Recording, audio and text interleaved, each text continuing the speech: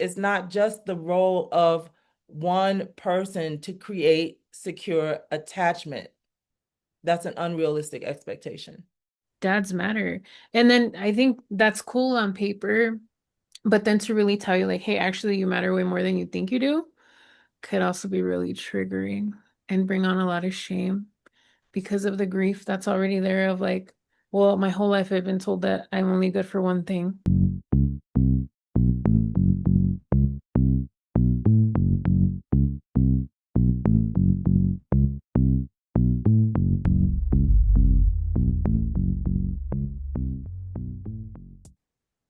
Hi, everyone. Welcome back. And today you're with Ethiopia and Magnolia, and we're going to be talking a little bit about where we left off with our last episode. We're going to be talking a little bit about critiques regarding attachment theory.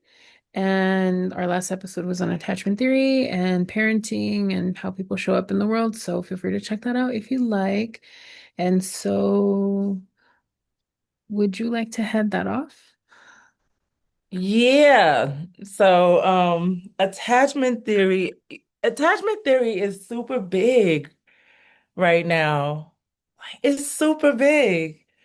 Many of my clients come in knowing something about attachment, their attachment style, or they'll drop it, and I'm like, yo, this is big, and I think it's important. Like again, I said, like I think it's good to kind of understand where you fall within that the styles. And one of the critiques, like when I read stuff, I like to read um the theory. It's John Bowlby, right, with attachment theory.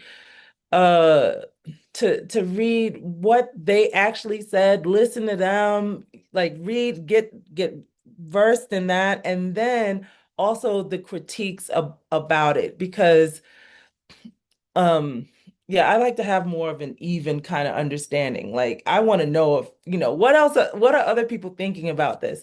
And so one of the critiques that I read that I was like, oh, yeah, yeah, yeah, we always have to keep this in mind, is that when studies were being done, they oftentimes focused on middle-class white folks.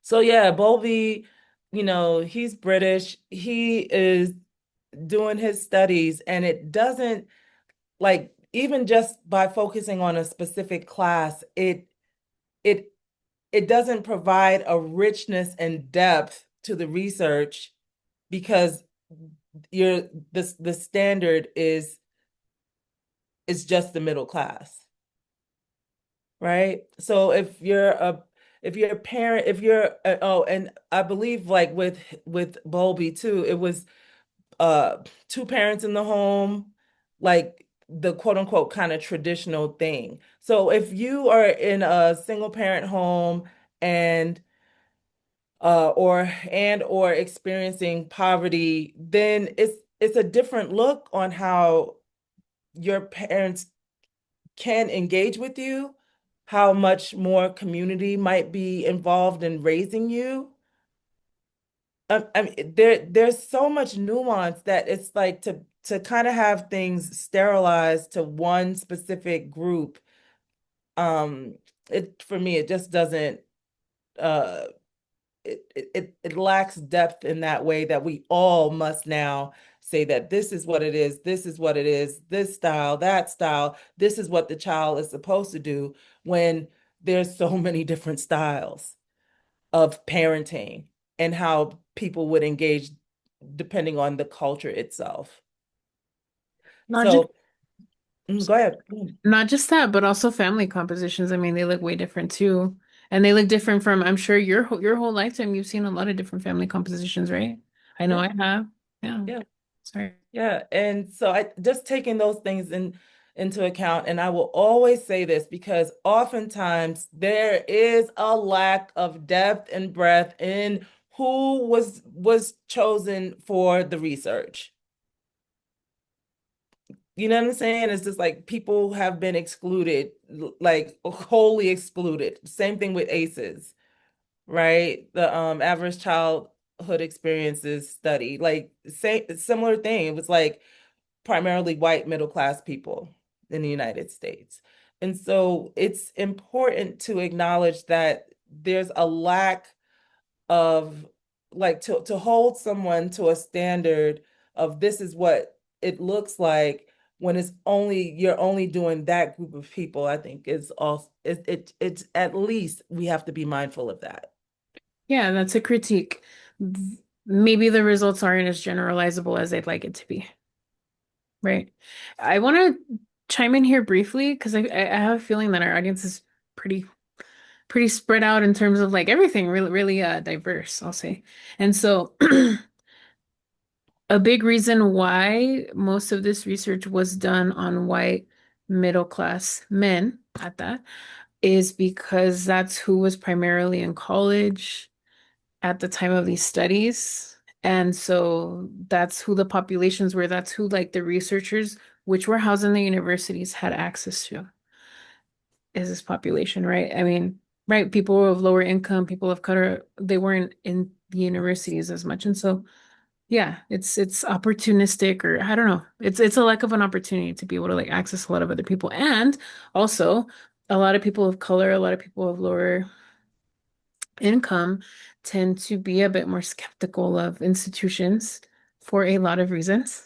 And so there's that too. Um, yes. So there's that piece. People of color, research. I also want to chime in here too and say a critique that I have is that American society and British society, they are individualistic societies. And so looking at things from the sociology branch of study, that means individualistic. I worry about myself, I take care of myself, I go live by myself, I move, me. And that's just a statement. It's not a value statement, though I'll say that. That's different from the majority of the world because the majority of the world is collectivistic in nature. And that means, like, I think about us as a collective, we as a family, we as a neighborhood, we as a people. And so we all take care of each other, we all interact, we all have our different roles, and it is very intricate. It can get very intricate. And the dynamics are just completely different, right? So, like, for example, when you think about secure attachment, in the individualistic sense, it is I am assertive, I'm gonna tell you what I want and this and that or what have you. Because it is me and it is you and it is that person.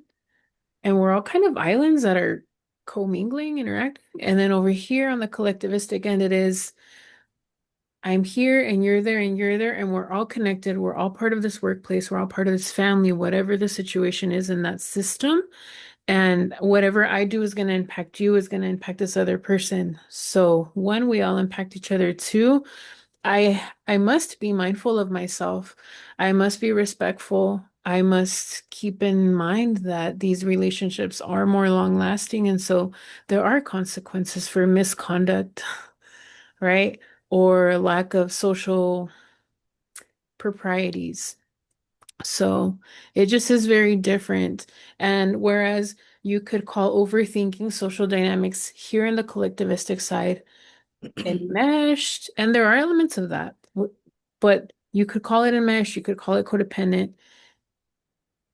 From the outside looking in, really in the inside, it is a very intricate system. And it really what it is, it's a lot of awareness of self and awareness of others and dynamics and different things like that. So just putting in that caveat too, obviously I mean, and maybe it isn't so obvious. Just for any therapists that are watching this, just know that. And like I'd invite you to definitely consult with a clinician of color that's really experienced in working with these dynamics, right? And then for a consumer, so if you're someone who's considering being in therapy or you are in therapy, like, and you have a therapist who's from a more individualistic lens, world life experience, I think it's helpful to organize your thoughts and really explain the dynamics. One for yourself, right? Because it's like, I know having had many white therapists, many older white therapists in their 60s who were women who like had very little in common with me, like I had to sit down and organize my thoughts. Well, I hear what you're saying, and I can't just say that to my mom. I can't just say that to my mom because of this and this other consequence and this dynamic and then like the way that the culture, right? And that's one thing. So that awareness for yourself. Then get your thoughts on paper. Then decide what's important to share because like using that discernment piece, it's like what is important to share, what is imperative. We don't always have to share all these other things. What are the basic things? And like, why are you sharing it? Are you sharing it so they understand you? Because they're never going to fully understand you. But what parts are the most important for them to understand so that they can like help guide you through these situations? It can be really complicated. Um, Thoughts on that you'd like to add? I love you bringing in the piece of like the the rugged individualistic culture versus the collective culture, because that does really shape how we interpret things. And also like, you know, understanding that also affects how therapy is provided. I think that's an important thing. Um, I wanted to go back a little bit, if it's okay, about the why people were chosen in the ways that they were chosen for studies. So there's that piece around, the folks that were accessible and the opportunity around. And historically, um, the folks who were conducting the research not even considering other people because they weren't important societal wise. There's also that piece.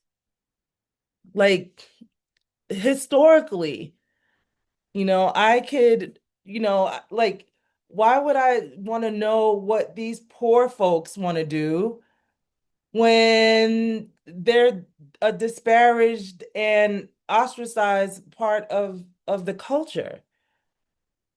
Like, why do I want to learn? I learn about that, and those things have shifted, and you know, and there is mistrust because when things were done, they were done mistrust by the communities that have been marginalized. There is distrust because things have been done in an inappropriate way historically.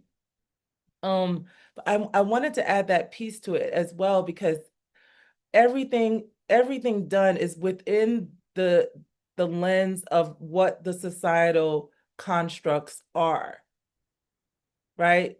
Middle class, well, that's where we can go.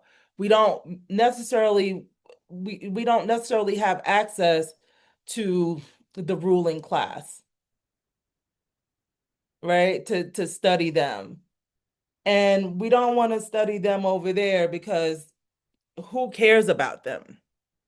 And then that leaves you in the middle. And so just putting that piece out there, I think it's important to acknowledge that part too. Definitely. Thank you. And then you could take that and talk about the disparities in healthcare overall also. So just side note for those listening. Yeah. Right. Yeah, that it brings you back to that like deficit lens that happens with certain communities, that it's everything is like, we'll go study you for the deficit. We won't go and study you to see how well you're able to parent, how capable you are of nurturing despite all of the hardships and adversity that is systematically built into your life. Something else just occurred to me as you said that, because I know we were talking a bit about the way that we interface differently, maybe with different systems. And that doesn't mean that we have a more insecure attachment style or anything like that, but it's just like kind of like the concept that we talked about last episode of like hiding in plain sight, right? Sometimes it is a protective factor. So for example, let's say in these circles of people of color or something like that, for me, it's actually the opposite. For me, in circles of people where there's like the dominant culture, I can be really articulate and different things like that. But over here, in order to survive with my Mexican family, community and stuff, I have to play dumb. I have to play it down, actually, to survive and be okay. Otherwise, I'm gonna get roasted. I don't like to get roasted. I'm gonna be ostracized. People are gonna be envious, all these things. And it's like, it's not necessary. What do I need to do to be able to connect with other people here too? Right? But over here, I have to play this other part of like, I can keep up in this way, right? And so just it shows up very differently. Here I am more meek and I am more submissive, where over here I'm forced to be more assertive. Absolutely. I mean, that's the ultimate code switch, which is definitely a flex. Um, I'm thankful that we're in a place now where, let me not say that because I was gonna say we're more in a place now that um we can show up more authentically. Well, I know I can. I'm just in that place. Yet I know that thing of just like how I talk is not necessarily accepted on either side. Finding our ways through and that level of performance that is required, that's a part of the attachment too. Like just really understanding that our first, like even though our first like or what is attributed to our attachment style is our parents, right? Our immediate family and those kinds of things, that we also have this overall like attachment style with our culture. Do I feel secure? Am I avoidant? Am I anxious? Because ultimately, right, that's the lens of social work, is that whatever is happening in the what is it, macro, right, the overarching umbrella, the overall structure, that is the only trickle down that I've ever really actually experienced, to like that will trickle down. That will trickle down. So if we're in this place of rugged individualism, that I have to do it on my own, that I cannot be emotionally vulnerable, and then in the community and everybody's policing everybody to the societal standard, then what are we expecting the parents to show up with?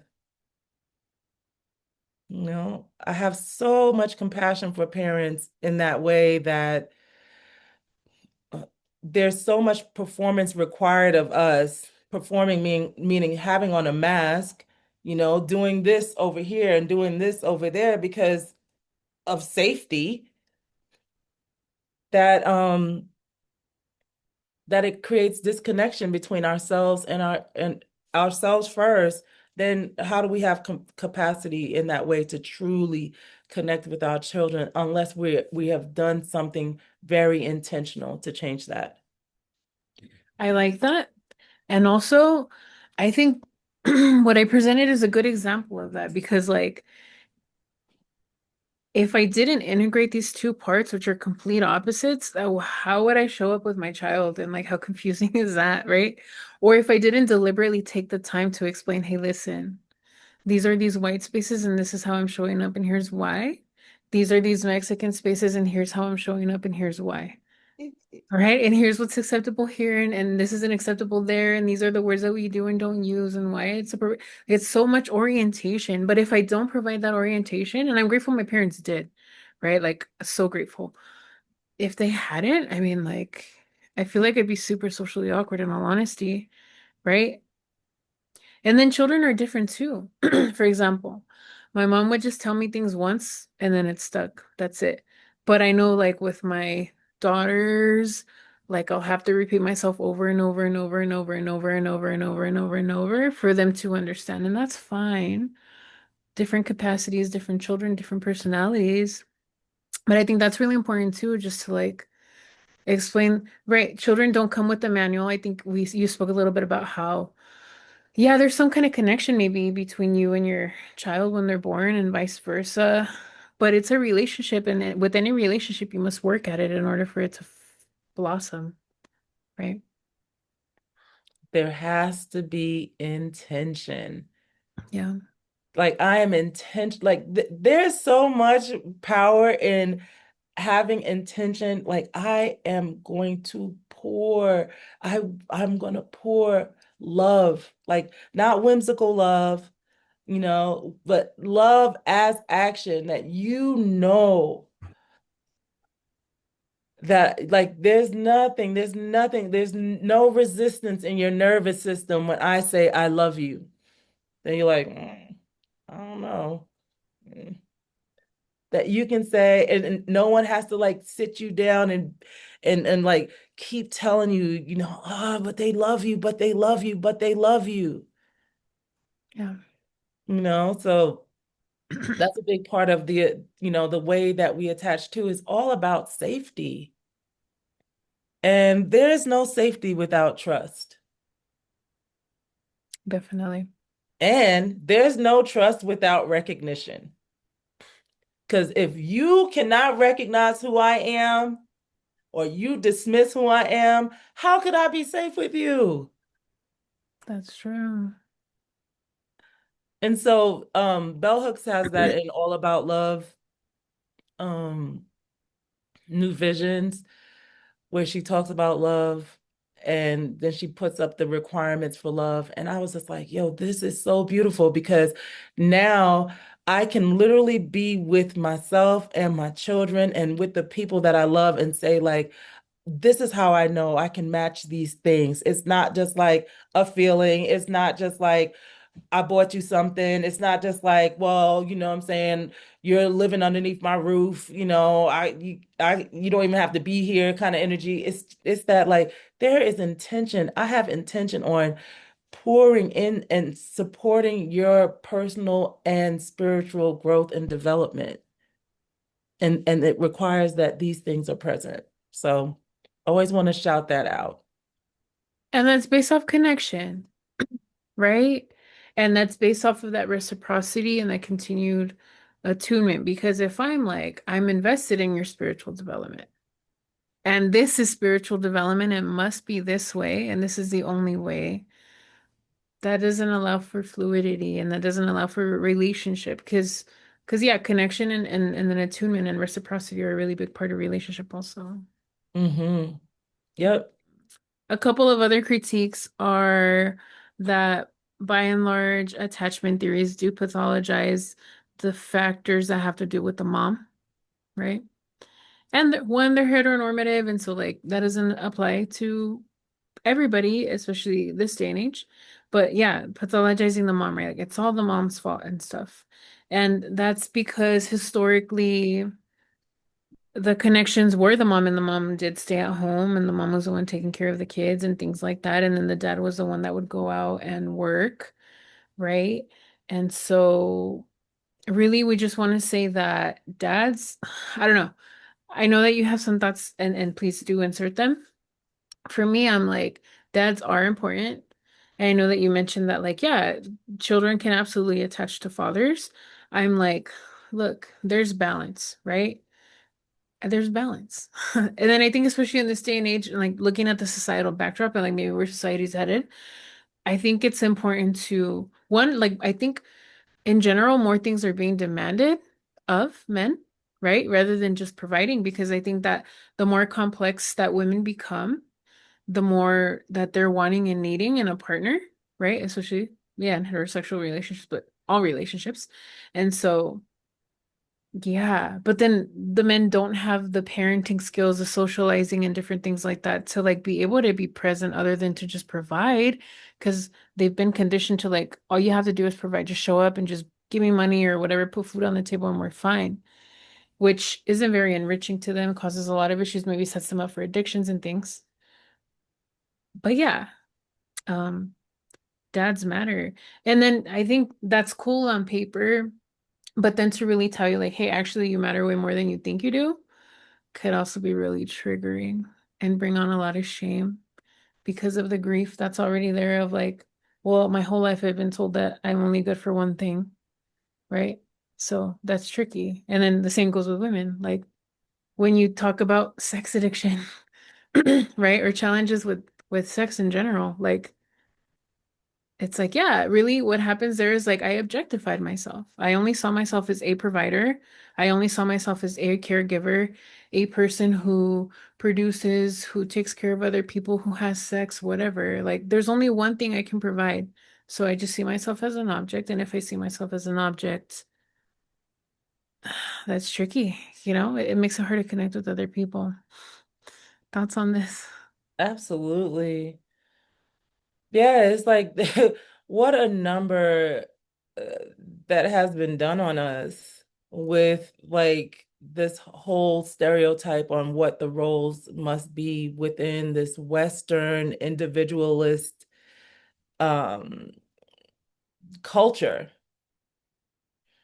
because and and I must add that this culture has been pushed all over the world now, right? I mean, you would have to be in some remote place where folks have had basically no contact. There's what's that island off of India where they're like, yo, you cannot come to this island. But people have already, the missionaries have already gone there. You know what I'm saying? And so there's so few people that are free, even free of the imposition of this mindset of this is what family looks like. This is the role of the mother, this is the role of the father.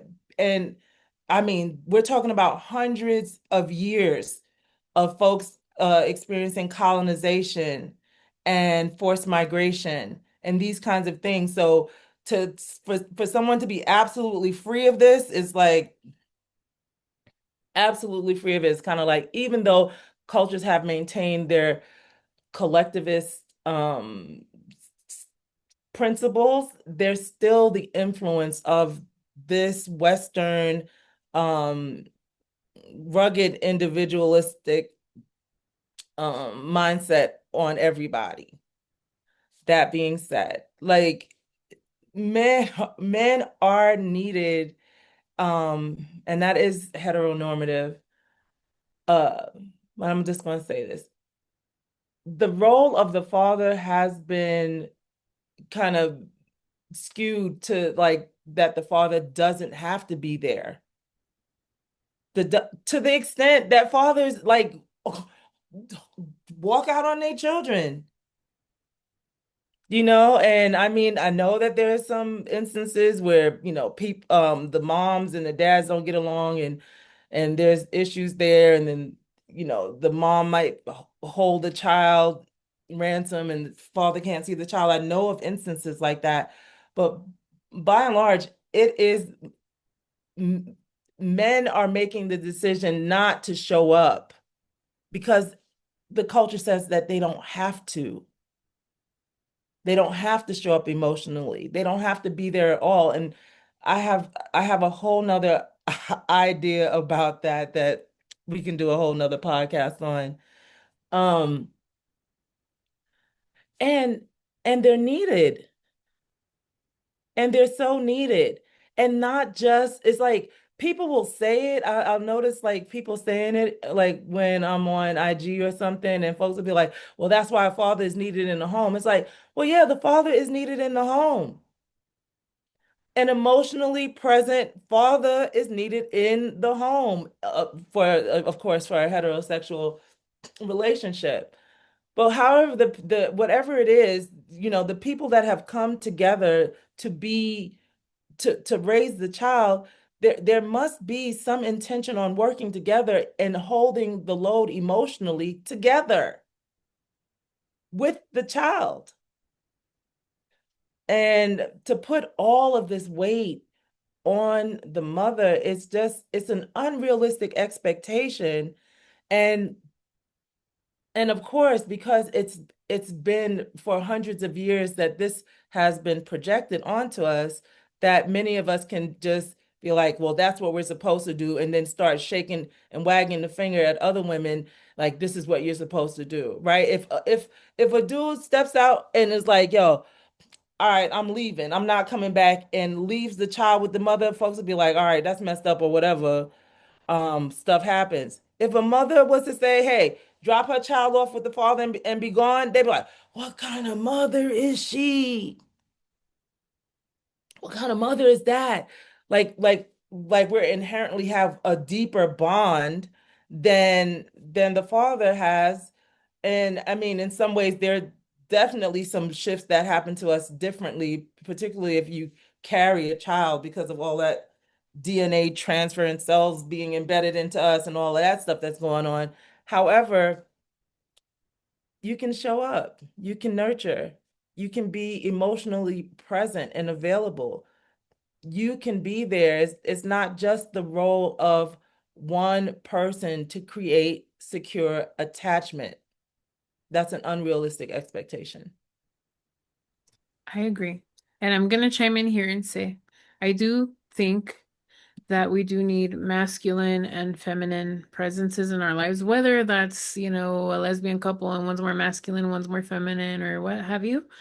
I do believe that we need both. The that I found in practice consistently, right, in my clients and then my supervisees clients and just people in general, is that the feminine component helps us see how we treat ourselves, and then the masculine component or male figures help us with our self-esteem. So it's like how I treat myself and what I think I should and shouldn't do in my inner dialogue maybe versus like right how I show up in the world and my self-discipline and different things like that, whether I think I can or can't also. Food for thought. We'll get into it at a later episode for sure. And then also the final critique that we want to touch on is the lack of complexity and these attachment theories being really oversimplified. And then Ethiopia, if you could chime in on that one, because that's a bit more your wheelhouse. Yeah, it's just for me, it's like a lot of times things just get like so simplified. And I was talking to you about this before. It was like, all right, like most of my life, I was told that I was extrovert, and I was like, oh yeah, I'm an extrovert. And then I like was like, wait a minute, I'm actually not, I don't really feel like an extrovert. It's just like the labels that like everything is like extracted and distilled down to this label and then it's applied liberally when there's so much nuance to everything. Relationships are dynamic. Like we are constantly sensing, our bodies are sensing, our nervous system is constantly sensing in to situations with others and how we are connecting or not.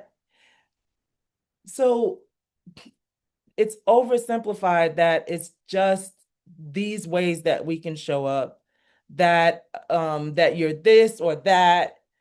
Um, there has to be more room for the nuance of what dynamic relationship actually is. And of course, things get just convoluted, particularly the more popular they get. Because the reason why they get popular is because they get so streamlined down into like, all right, you're secure, that means this. You're avoidant, that means this, And so folks are like, yeah, yeah, I identify with that. But even when I was first like doing my deep dive into attachment styles, and I was like, well, I can see myself here, I can see myself there. I felt a little bit of myself all over the place. And I was like, yeah, that makes sense because it is so nuanced. So that there is complexity to it and that we don't have to apply a label to ourselves and then so identify with this label to the point that it then inhibits our personal growth and development. Thank you. Yeah.